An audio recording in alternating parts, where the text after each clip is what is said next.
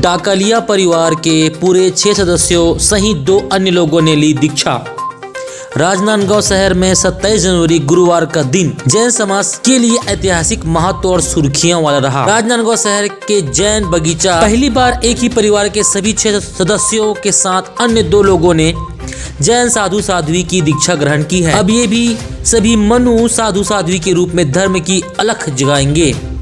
डाकलिया परिवार के माता पिता ने अपने 2 पुत्र और 2 पुत्रियों सहित शारीरिक मोह माया का त्याग कर आध्यात्म की राह अपना ली है। मुमुक्षु भूपेंद्र डाकलिया, उनकी धर्मपत्नी मुमुक्षु सपना डाकलिया, पुत्र मुमुक्षु देवेंद्र एवं मुमुक्षु हर्षित डाकलिया तथा दोनों पुत्रियां मुमुक्षु महिमा व मुमुक्षु मुक्ता डाकलिया और कोंडा गांव की मुमुक्षु संगीता गोलछा, राजनांदगांव की मुमुक्षु सुशीला लुनिया ने श्री जिन पीयूष सागर सुरेश्वर जी महाराज की मौजूदगी में दीक्षा ग्रहण की।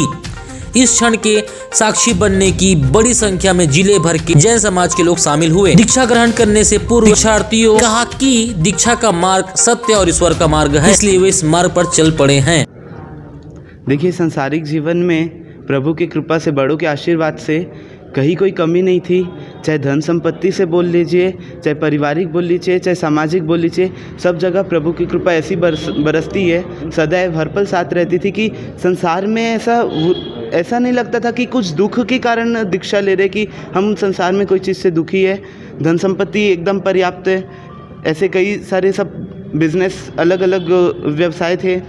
और लेकिन जब गुरु भगवंतों के सानिध्य में आए हैं, जैसा कि अभी फिर कहा था हमने कि जिस युग में अपन हर एक छोटी इच्छा के पीछे दौड़ते हैं, एक इच्छा पूरी हुई तो दूसरी इच्छा के पीछे, दूसरी इच्छा पूरी तो तीसरी, लेकिन इच्छाओं का अंत नहीं आता।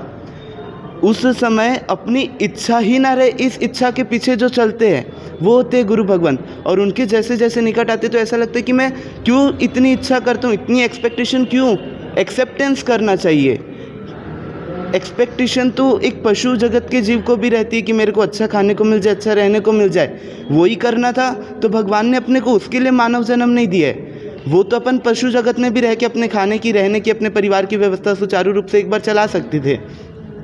तो ये जो मनुष्य जन्म मिला है, इसकी सार्थकता इसमें कि जो अपन खुद है, अपन आत्मा है, उस आत्मा के लक्ष्य को, उस आत्मा को अब दुखी नहीं करना, इच्छाओं के पीछे भगा के उसको सुखी करे और समाज की सेवा भी कर सके, मानव सेवा कर सके, उस लक्ष्य के साथ ये संयम जीवन ग्रहण करने की भावना है। डाकलिया परिवार के सभी सदस्यों का विनोली के बाद विधिवत रूप से दीक्षा संस्कारोपित प्रक्रिया हुई। सभी ने आचार्य पीयूष सागर जी महाराज के सानिध्य में जैन साधु साध्वी की दीक्षा ग्रहण की। दीक्षा समारोह को लेकर शहर के जैन बगीचे में जैन समाज के द्वारा व्यापक तैयारियां की गई थी। 27 जनवरी 2022 के इसी प्रांगण में जैन बगीचा स्थित राजनांदगांव में हम लोगों की दीक्षा होने वाली है। और हमें जो इसके लिए प्रेरणा मिली, परम पूज्य आचार्य भगवान श्रीमद जिन पीयूष सागर सुरेश्वर जी महाराज साहब की पावन निश्रा में हमने उनके संपर्क में रहे और उनके चरणों में रहने से हमें धीरे धीरे ये बोध होते गया।